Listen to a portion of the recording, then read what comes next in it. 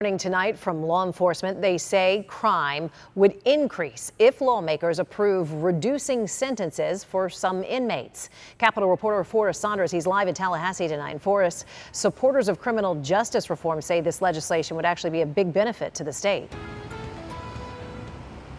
That's right. We're talking about a possible savings of hundreds of millions of dollars. But first, those bills have got to get out of committee, and that's been tough, especially now.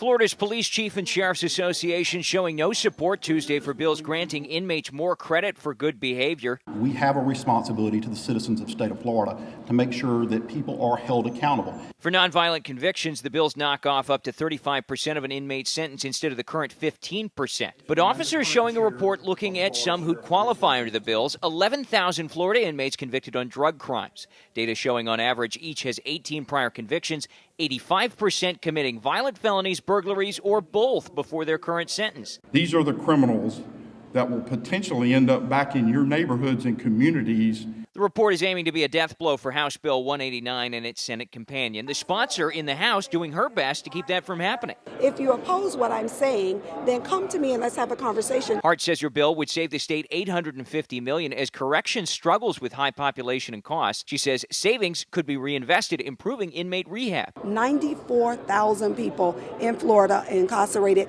and many with no kind of training. They're just sitting there. What do we expect them to do when they get home? Despite bipartisan support, reforms may now have to wait until next year. Law enforcement's growing resistance and session nearing an end may be too much to overcome.